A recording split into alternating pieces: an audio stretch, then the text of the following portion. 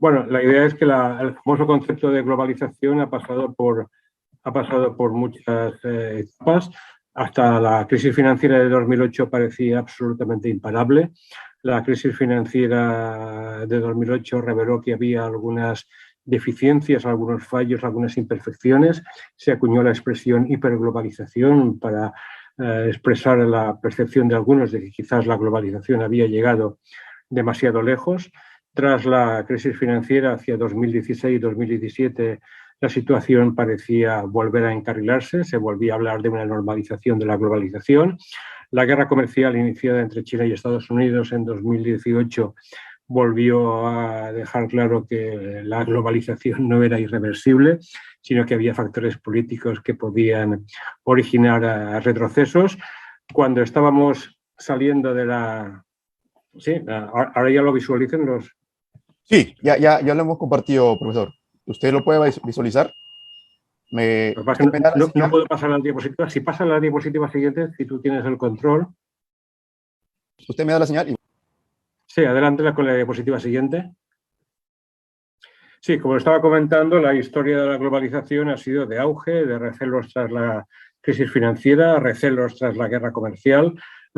Cuando en 2020, en enero, Estados Unidos y China firmaron el llamado Acuerdo de Fase 1, que parecía ser una tregua en la guerra comercial, estalló la pandemia del coronavirus, que inicialmente también provocó recelos en la forma tradicional de funcionar la economía global. Algunos contratos de suministros de equipo médico, equipo sanitario, no se cumplieron en tiempo y forma. Las cadenas globales de valor no funcionaron con la fluidez que se esperaba de ellos por la situación pandémica, y ello pues acentuó, como vengo diciendo, los recelos sobre la famosa hiperglobalización, de tal forma que se empezaron a acuñar términos como slowbalization, una globalización más lenta, incluso algunos abiertamente hablaron de desglobalización, a la vista de cómo todas estas incidencias, crisis financiera, guerra comercial, pandemia, incidían en el recelo respecto a la capacidad para seguir contando con suministros procedentes del exterior en los momentos que fueran más necesarios. Se añadieron a estos recelos a la globalización otros factores como la robótica o la inteligencia artificial. Algunas empresas que habían deslocalizado parte de sus procesos productivos a latitudes lejanas en busca de salarios más bajos empezaron a revertir a los países centrales estos segmentos productivos, porque los robots eran incluso más baratos que la mano de obra en algunos países, y además también aparecieron consideraciones medioambientales respecto al coste que mucha gente percibía excesivo en consumo de combustible, en coste de transporte excesivos, con incidencia sobre el medio ambiente en el caso de efectivamente tener repartida la producción por latitudes muy distantes y tener que incurrir en estos costes de transporte con dimensiones contaminantes. De tal forma que actualmente pues algunos hablan que si tuvimos una hiperglobalización en los primeros tiempos de las dinámicas globales, ahora estamos transitando entre una slow globalization, o incluso algunos hablan más allá de una desglobalización. Si pasa la diapositiva, por favor, señor Buendía. Bueno, esta situación se ha complicado obviamente en el último mes y medio con el estallido aquí en Europa de la guerra entre Ucrania y Rusia, técnicamente la invasión de Ucrania por parte de Rusia, de tal forma que la ecuación que da título a la diapositiva que tienen ustedes en pantalla es ahora el punto de mis reflexiones. Así, el binomio de pandemia más guerra, con amplias implicaciones geoestratégicas, nos está conduciendo a una situación de estancamiento con inflación por una parte, la famosa estanflación, y además también a la continuidad de los retrocesos en la globalización.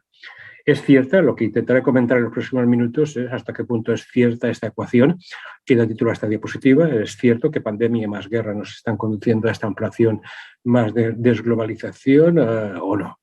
Como es obvio, las tensiones adicionales en suministros energéticos de petróleo, de gas, de algunos minerales estratégicos como el vanadio, como el litio o algunos cereales de los cuales Ucrania es un importante productor, están teniendo este conflicto militar, sus efectos colaterales, están teniendo amplias consecuencias en el funcionamiento de la economía global.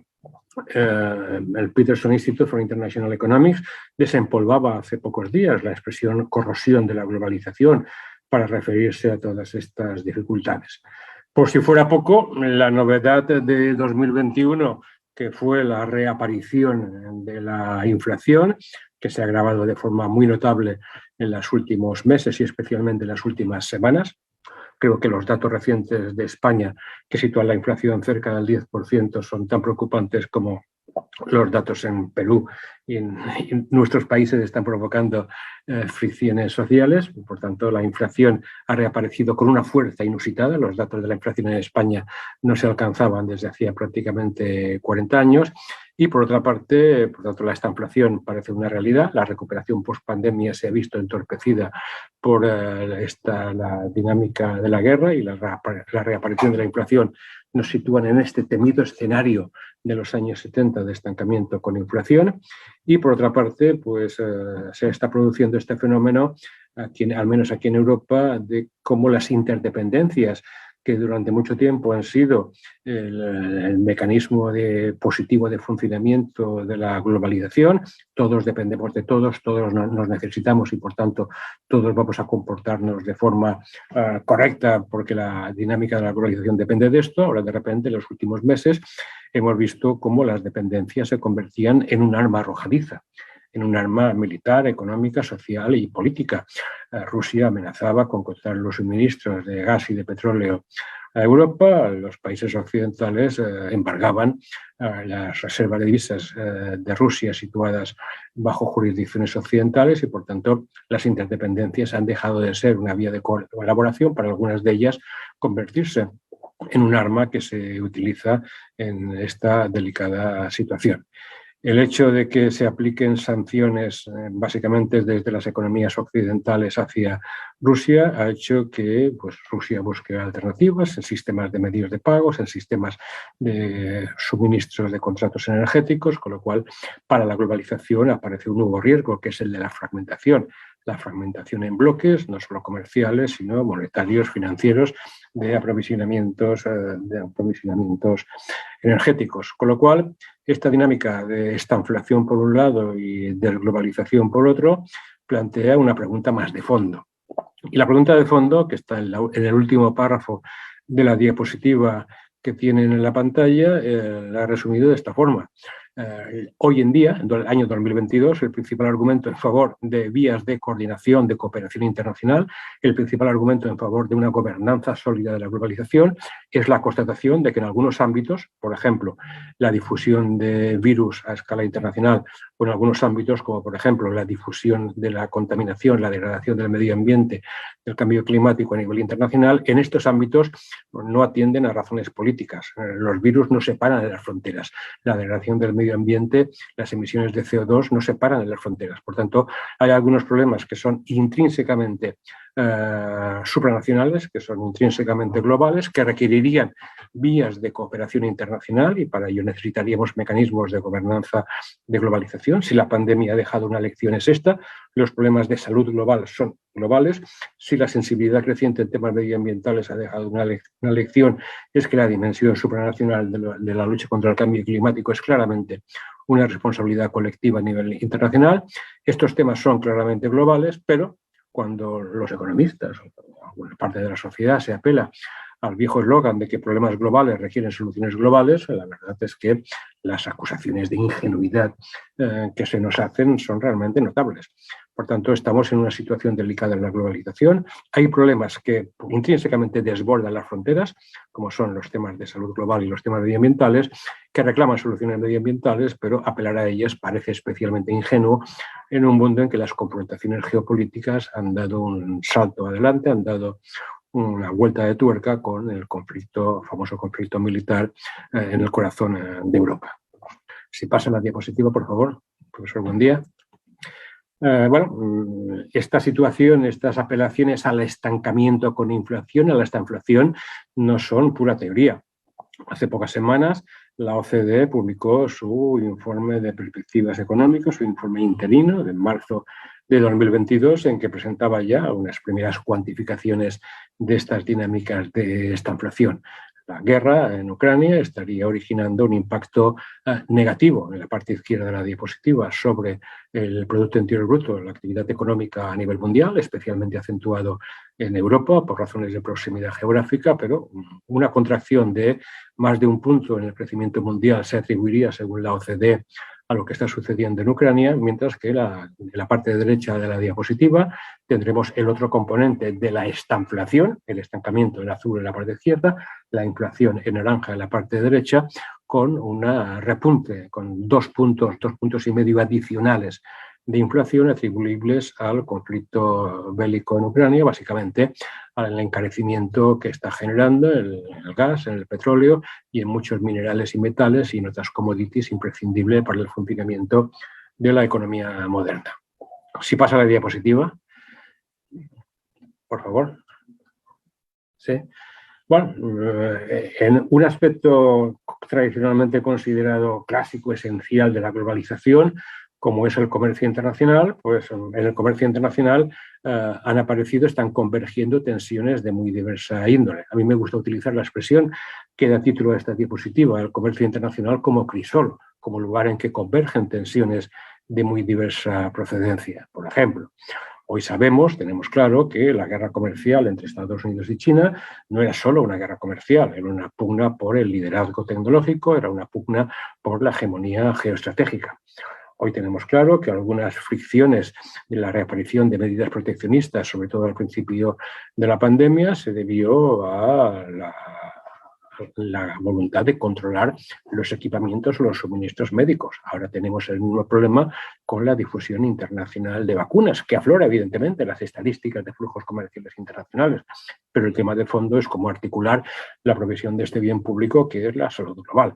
También en el ámbito comercial convergen aspectos medioambientales. Como ustedes saben, la Unión Europea está estudiando la propuesta de crear un arancel a la importación de productos fabricados con tecnologías contaminantes, que está provocando bastantes recelos a nivel internacional, por si fuera una nueva forma proteccionista bajo la noble cobertura de intentar ralentizar el cambio climático.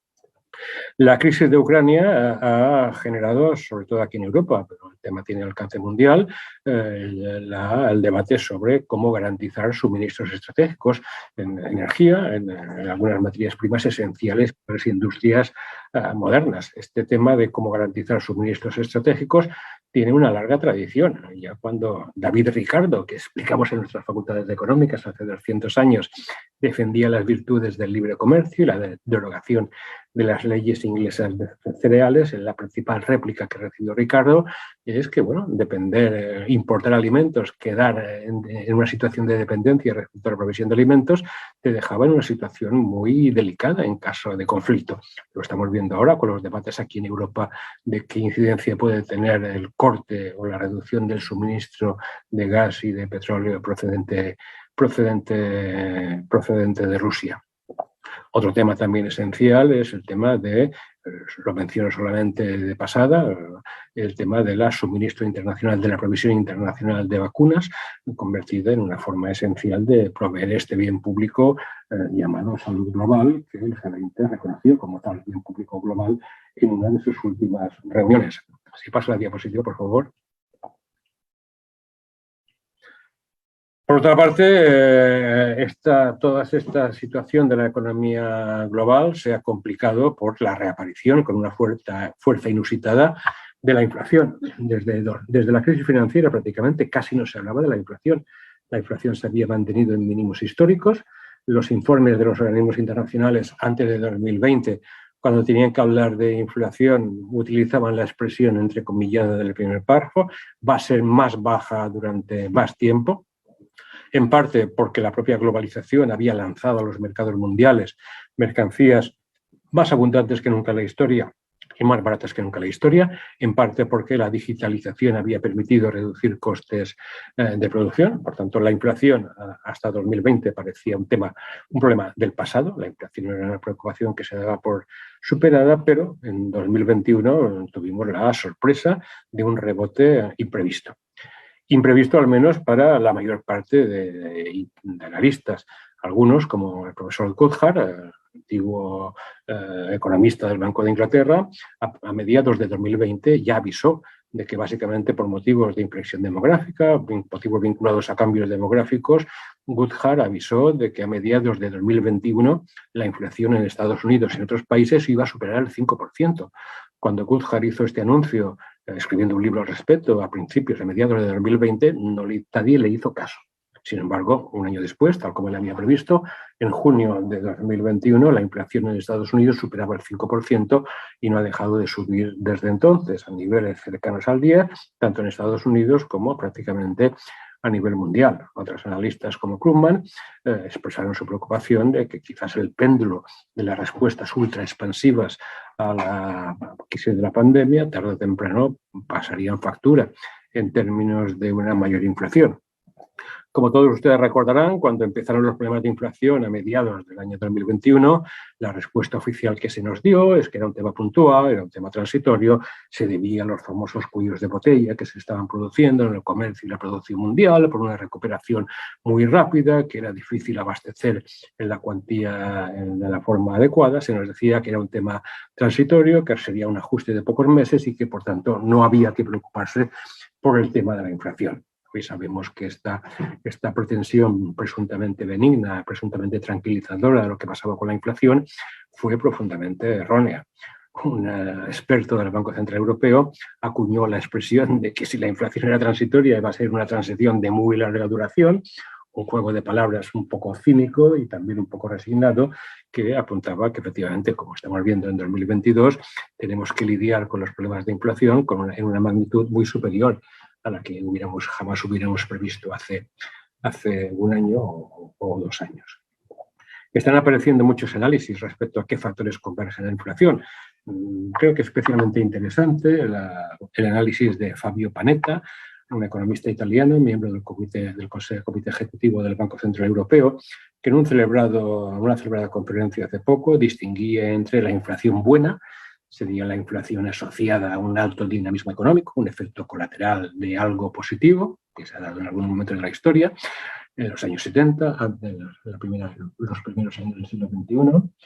La inflación fea, que sería la estaflación, inflación asociada a contracciones de la actividad económica, es la que tenemos ahora, y él añadía la inflación mala, parafraseando una famosa película de Sergio Leone, la inflación mala, que sería el riesgo de que estas tensiones inflacionistas se trasladaran a lo que los economistas llamamos efectos de segunda ronda, aumentos de los precios, los empresarios trasladaran la subida de costes a la subida de sus precios, los salarios se revisarán también al alza y las dinámicas inflacionistas acabarán resultando imparables. Por otra parte, pues también la señora Isabel Schnabel, también miembro del Comité Ejecutivo del Banco Central Europeo, en varias conferencias ha venido recordando una verdad incómoda, y es que cuando la opinión pública mundial, la sociedad mundial, decidió asumir más en serio los retos medioambientales, pues supimos que ello iba a tener un coste en términos, entre otras cosas, de aumentar la inflación. Para reducir el consumo de CO2, encarecer el CO2 era la vía que se eligió y, bueno, esto suponía un encarecimiento de los costes energéticos que tarde o temprano se acabaría trasladando. Nadie pensó en su momento que fuese con esta magnitud, pero la expresión greenflation, la inflación asociada a la voluntad de ir a fuentes de suministro más verdes, más ecológicas, es un aspecto que, aunque pueda parecer políticamente incorrecto, pues no podemos dejar de mencionar. Pasa la diapositiva, por favor. De hecho, el informe de la OCDE publicado el mes pasado contenía ya una primera estimación de una primera constatación de lo que estaba sucediendo con los precios de diversas commodities como consecuencia del conflicto entre Rusia y Ucrania, la invasión de Ucrania por parte de Rusia, que, como pueden ver en la pantalla, pues estaba acentuando las presiones inflacionistas, las presiones al alza de precios en commodities tan variadas como las agrícolas, los metales, los minerales y, por supuesto, las fuentes de energía. Por tanto, los datos que tiene en la pantalla es simplemente una ratificación oficial de las presiones al alza en materias primas que se acaban trasladando al conjunto de los procesos productivos de la economía mundial. Si pasa la diapositiva, por favor. Sí, sí. Con lo cual, bueno, estamos en esta temida situación de esta inflación. La recuperación post-pandemia se ha visto ralentizada como consecuencia de todo esto que hemos venido comentando. La inflación se ha visto también impulsada al alza. Algunos dicen, bueno, esta inflación es un concepto que se acuñó en la década de los años 70, cuando el precio del petróleo experimentó los dos shocks, el del 73-74 y el del 79-80, y esto ya sabemos que estos shocks de oferta son difíciles de gestionar, porque si las autoridades económicas siguen adoptando políticas expansionistas para no frenar la recuperación económica, activan más inflación. Y si las autoridades económicas adoptan medidas contractivas para ralentizar la inflación, pues lastran la recuperación económica. Son situaciones de difícil gestión. El manual que dice, el manual de macroeconomía dice, si el problema viene por el lado de la oferta, no bastan las políticas macroeconómicas de gestión de la demanda, sino que hay que actuar también con políticas por el lado de la oferta, por la vía de la innovación, por la vía de mejoras tecnológicas, por la vía de cambiar el mix energético. Bueno, son medidas muy razonables, pero hemos de coincidir en que son mucho más fáciles de enunciar que de implementar.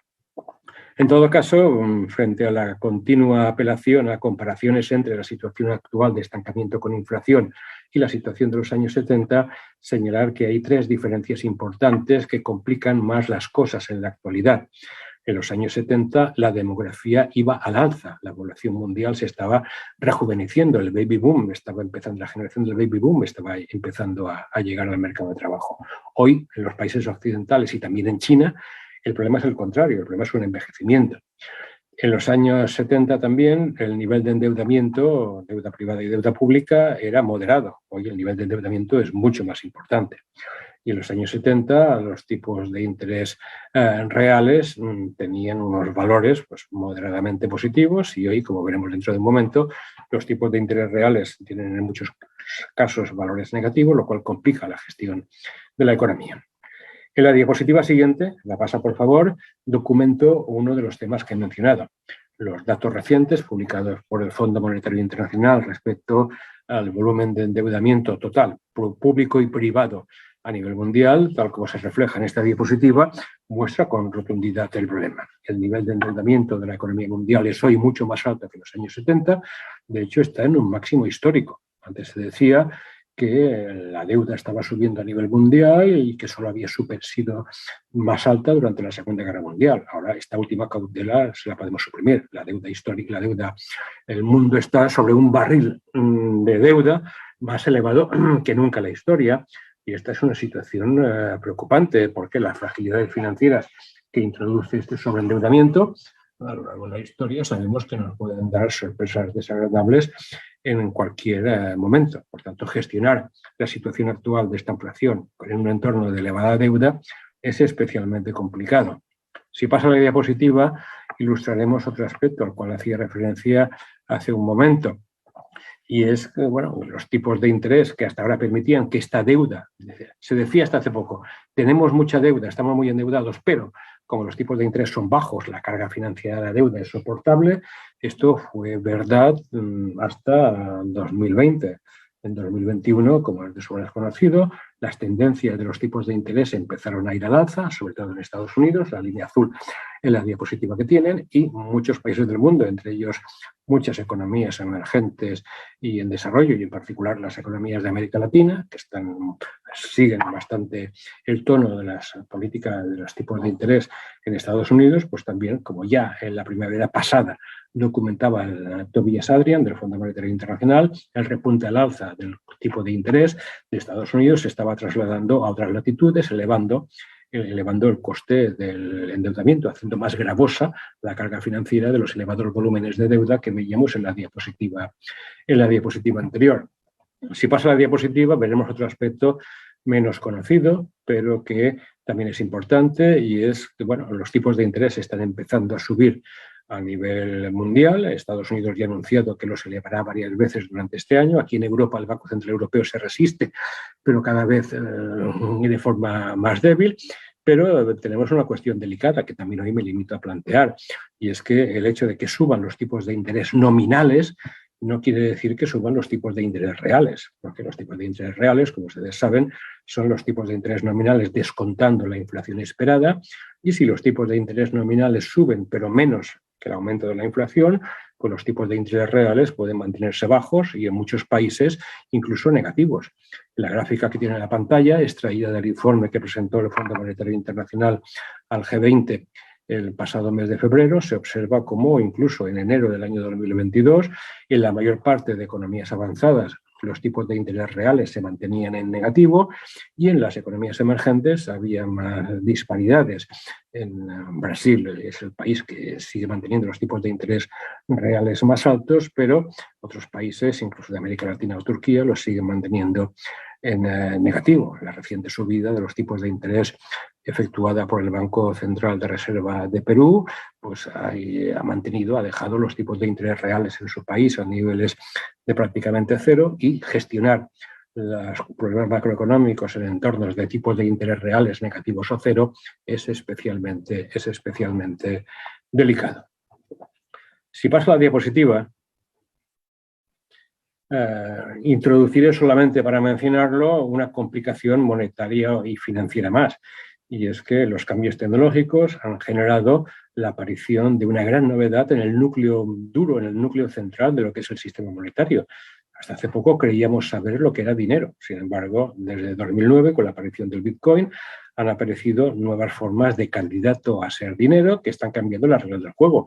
Monedas que se pretenden privadas, globales, no reguladas, virtuales, que quieren eludir explícitamente el control de las autoridades. Las criptomonedas o los criptoactivos están planteando un reto a la gestión de los temas monetarios, y los bancos centrales no se están quedando quietos. Los bancos centrales están entrando en la dinámica de emitir dinero digital de los bancos centrales, ya vigente en algunos países. Barbados fue el primer país que lanzó una moneda digital oficial. China está haciendo experimentos, en Europa tenemos proyectos y en Estados Unidos también. Hace poco el presidente Biden anunció un impulso a los planes para lanzar un dólar digital, con lo cual la gestión de los temas monetarios y financieros puede verse complicada, se está ya viendo complicada por la competencia, por la pluralidad de divisas, unas públicas y unas privadas, las públicas pugnando con las privadas pugnando entre ellas, las públicas pugnando entre ellas, con lo cual la esencia de lo que es el sistema monetario, que es que la gente pueda confiar en un medio de pago, la aparición de estas nuevas formas establece un nuevo escenario por conseguir la confianza del público en unos medios de pago con una complejidad que hacía décadas que no veíamos. Si paso a la diapositiva, empezaremos un cambio de registro. Hasta ahora lo que les he comentado en las diapositivas siguientes, en mis comentarios, han sido diversos ingredientes. De hecho, les he comentado por separado, de forma yuxtapuesta, varios de los ingredientes que considero más importantes para entender la complicada situación que tenemos ahora en el mundo global y en la gestión de las políticas económicas en los diferentes países que convivimos en este mundo global. Permítanme que dedique la segunda y más breve parte de mi intervención a unas consideraciones de más alcance, de alcance histórico, filosófico, un poco más amplio, que intenta responder a la pregunta que daba título a esta presentación: ¿cómo queda la globalización después de la pandemia? ¿Cómo queda la globalización en la situación delicada que tenemos ahora, en la cual no nos habíamos recuperado de la crisis financiera de 2008, tuvimos el shock de la pandemia y ahora tenemos el shock de un conflicto militar con implicaciones geoestratégicas? ¿Qué podemos hacer? ¿Qué márgenes de maniobra hay? ¿Qué alternativas tenemos como humanidad, como sociedad global, ante estos problemas? Bueno, los shocks que hemos tenido en los últimos 15 años son shocks de alcance histórico. Esta diapositiva, extraída del informe del Banco Mundial de febrero del 2022, muestra cómo el binomio crisis financiera y COVID, añadido con la guerra, es un conjunto de perturbaciones de un alcance parecido a la Primera Guerra Mundial, a la Gran Depresión y a la Segunda Guerra Mundial. Por tanto, la humanidad afronta una oleada de shocks históricos. En la diapositiva siguiente, repito la misma idea. A partir de los datos presentados por Razin con datos del Banco Mundial, de la evolución económica del promedio de lo que llamaríamos el PIB mundial entre 1870 y 2020, he marcado con estos óvalos tres situaciones de convergencia de problemas. En el óvalo rojo es la crisis financiera de 1907 y la Primera Guerra Mundial. El óvalo de color verde es la Gran Depresión y la Segunda Guerra Mundial. Y el óvalo de color violeta, morado a la derecha, es la combinación de la crisis financiera y la crisis del coronavirus, a la que ahora podríamos añadir la guerra en el territorio ucraniano. ¿Por qué he seleccionado estos diferentes momentos? Para lanzar el mensaje de que las crisis siempre han existido y siempre existirán. La humanidad se va a encontrar con momentos difíciles, como se ha encontrado siempre a lo largo de la historia. La economía mundial y la economía de los diferentes países que integramos la economía mundial se encuentra periódicamente con momentos delicados. Entonces, ¿qué marca las diferencias? Si pasa la diapositiva, empezaré mi argumento final, el argumento con el cual quiero resumir mis conclusiones. Después de en algunas situaciones de crisis, la humanidad sale en falso, sale mal. Claramente lo que sucedió en el óvalo que teníamos en color rojo en la diapositiva anterior. Tras la Primera Guerra Mundial, la salida fue en falso. El Tratado de Versalles de 1919, que teóricamente debería haber puesto fin políticamente y económicamente a la Primera Guerra Mundial, este Tratado de Versalles que debería haber encarrilado una salida política y económica constructiva tras la Segunda Guerra Mundial, fue un fiasco. En la negociación de Versalles dominaron los sectores más intransigentes de cada una de las partes, especialmente del bando vencedor, que impusieron a Alemania unas reparaciones de guerra impagables, que generaron hiperinflación, que generaron malestar social, que generaron problemas y que acabaron derivando en la Segunda Guerra Mundial. Por tanto, sin entrar en detalles históricos, la Primera Guerra Mundial fue una situación de crisis de la cual salimos de forma insensata, sin reconocer los problemas de fondo, sin adecuar las instituciones y las reglas de funcionamiento de la economía y de la política a las nuevas realidades. Hoy no toca, pero recuerdo que en 2019, justo antes de la pandemia, algunos discutían si tras la crisis financiera estábamos repitiendo el error. La crisis financiera se había debido a sobreendeudamiento y, como hemos visto hace un momento, en 2019 y aún más en 2021, pero en 2019 ya teníamos niveles de endeudamiento más elevados que en 2008. La crisis financiera se debió, según algunos analistas como Raghuram Rajan, a una dinámica de desigualdades que en 2019 continuaba siendo importante. Por tanto, en 2019 había la cuestión, en la cual no entraré ahora, de si quizás la salida de la crisis financiera también estaba siendo una salida en falso, sin reconocer el fondo de los problemas que debíamos afrontar. Por tanto, primer mensaje, en situaciones delicadas como las que representaba la diapositiva anterior, el óvalo de color rojo, básicamente la Primera Guerra Mundial, en ocasiones se sale en falso. Y cuando se sale en falso, estamos condenados a repetir los errores, como sucedió en este caso en la Primera Guerra Mundial. En pocos años, en 2 décadas, dio lugar a la Segunda Guerra Mundial. ¿Hemos de ser necesariamente pesimistas? No. Si pasamos la diapositiva, vemos otra situación, otra alternativa. En la diapositiva siguiente vemos que tras el óvalo que he marcado en verde, la Gran Depresión enorme y la Segunda Guerra Mundial enorme, después de esta crisis, Gran Depresión más Segunda Guerra Mundial, la humanidad fue capaz de encarar una salida más sensata, más equilibrada, más razonable. ¿Por qué? A mí me gusta decir que hubo 3 factores que para esta salida más sensata de la crisis. Por un lado, la adopción de las políticas keynesianas, la asunción por parte de los poderes públicos de responsabilidades en la estabilización económica. Por otro lado, en segundo lugar, la asunción de los compromisos de los informes de Beveridge al Parlamento inglés, que son el fundamento de lo que hoy llamamos el estado del bienestar. Es decir, la asunción por parte de los poderes públicos de compromisos en materia de protección social. Keynes más Beveridge.